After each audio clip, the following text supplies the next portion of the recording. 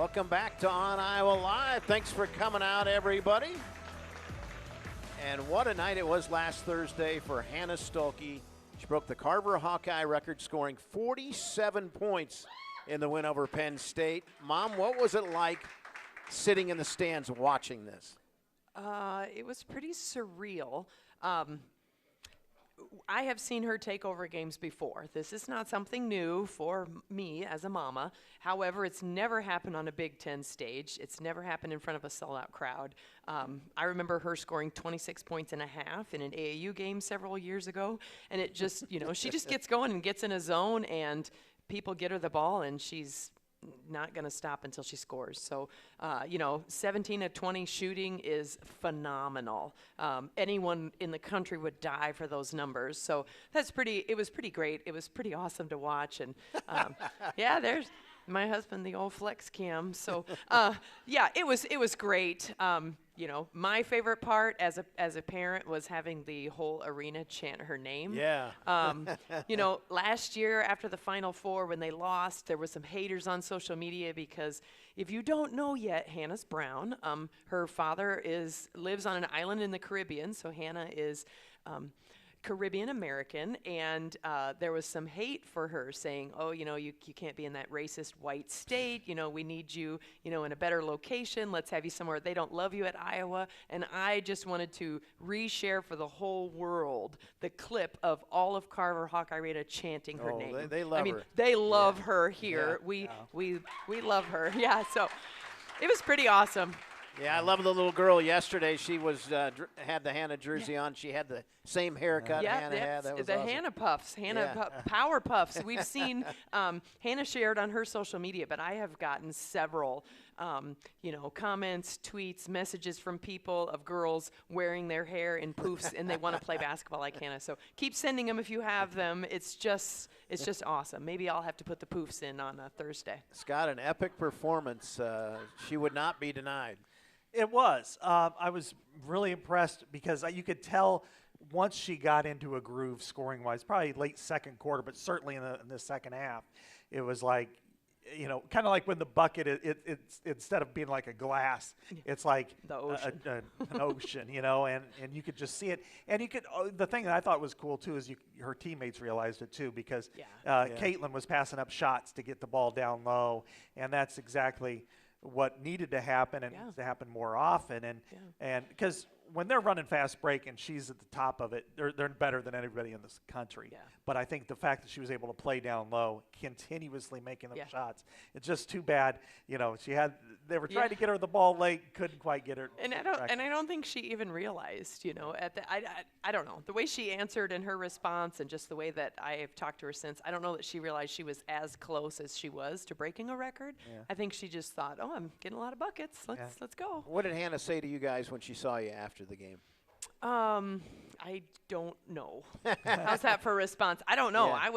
I was myself was in a zone just floating, because so many people are coming up to you and, she did so great. We love Hannah. It's so fun to watch her, and it is. And so I don't know. She could have told me she wanted to eat. Okay. I'm sure she was hungry. My sister helped me out. And they fed her during the game. Yeah. Talk about, you and your husband, you traveled to all these games. That is so hard to do. Obviously, you were at Nebraska yesterday. Yeah. What time did you take off yesterday? Yeah, well, actually, we went up on Saturday. We left about 2 o'clock. We had some family friends that reached out to us and offered a room in their basement. And so my mom and Michael and I went, and we were able to stay with friends. So that was really cool. Yeah, there's the flex. Let's go. So anyways, it is. It's a sacrifice, but any parent who has raised children in high level of sports, you know what it means to sacrifice for your kids. There was a while there that Michael and I really had no life other than carrying Hannah. So I want to point out the man that Michael's talking to in the striped shirt, his name is Dixon Jensen. He's the founder and the head coach at All Iowa Attack. And we, starting in 7th grade, we drove to Ames, Iowa twice a week to get Hannah to practice there. And so it's not abnormal. Oh, I was mad there. You were mad, yes. I was mad. That was when she turned and ran, and they called that crap. There it is. That's a crap call. Crap. Anyways, anyways, you know, we've sacrificed a lot to get Hannah to where she is today, just physically to get her where she is, you know, and being able to travel the country. And it's a lot of fun, and we wouldn't trade it for the world. But how exhausting is that? I mean, you have full-time jobs, and you're going to these games all over on the weekend. We do. So I only work 30 hours a week. Okay. So that helps a little tiny bit. But yeah, it is a lot. My husband's not here tonight. He decided to he ate somewhere else, and then he's going to go home and just kind of relax. Yeah. So yeah, it's a lot. And we're thankfully Iowa City is close to us. You know, Sydney and Fulter's parents are driving to almost every game, and it's 4 hours, you know, from Chicago to Iowa City. Maybe not quite that much, but yeah. So it's a lot. Those parents that are in there, if we look a little tired, we are. You're getting recognized a lot in public now, too, right? Because they're showing you. Some of those were our shots, but some of them on the network, you're on TV a lot. I like it. I'm famous. Come say hi. Because I know I have to defer away from my daughter because she doesn't like the attention, but I love it. So come and say hi and make friends, and yeah, it's a good time. And that happened because I watched you yesterday, and people kept coming up to you guys. Yep, they come up and find us in the stands, and some people want selfies, and you know. They did. You took some selfies yesterday. It's great. I think it's wonderful. You know, because we love Iowa basketball, and they love it as well. And I've said it before, we're on such a huge tidal wave with the Caitlin Clark effect and going to the national championship last year, and you know, here's just us in this little tiny boat floating along, you know, riding because we're Hannah's parents in this just huge tidal wave of a thing, and it's fun. And if we can, you know, reach out and touch people and let them know, hey, how are you? It's great. I'm Hannah's mom, you know, and then they feel a part of it as well, and then it's like just this big giant family, and we just love it. It's I know how much Hannah appreciates it. You know, she talked a little bit last year about how much she looked forward to seeing you guys. And you have a little thing. She always looks up right in the stands, Yeah, she always looks up in the stands. Sometimes we have conversations that are just head nods like this. Because we know each other so well, yeah. And Scott, we talked about this. There's a lot of pressure on these girls right now, so it helps to have mom and dad in the stands. Yeah, I mean, any college student needs to have that support. And the support can be their teammates, of course, but you need it from your parents because your parents are always there. You rely on them for, you know, whether it's AAU basketball. I mean, the travel parents, and this, you know, whether it's baseball or basketball, their summers are spent on hot bleachers or inside arenas all over the country.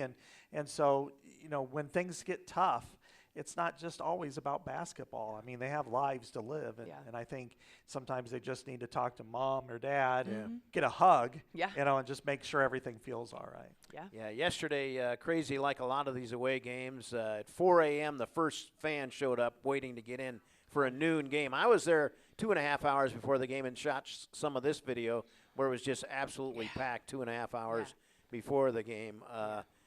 I just shake my head every time. These people came from all over the place. There was a family that came from Texas. There's family.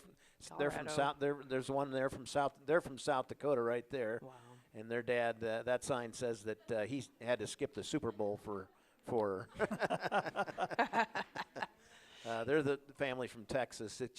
It's got to blow your mind when you see this. This is like rock stars. And all the more reason, you know, the girl. We're telling the young ladies, you know, I'm sorry, they're probably not going to come out for autographs after the game. You know, like it's that big. If they did, they'd be there for hours, and they're just not able to. So I feel like if I can talk to them, it's kind of a little, you know, at least a little, you know, I met Hannah's mom, you know. Well, they all wanted autographs before the game, and I even explained to a couple of girls, hey, they got to concentrate on the game. Yeah. They'll sign afterwards, but then afterwards, in this case, there was great security, by the way, that got them off. Excellent. There was like six cops that just took them right off straight.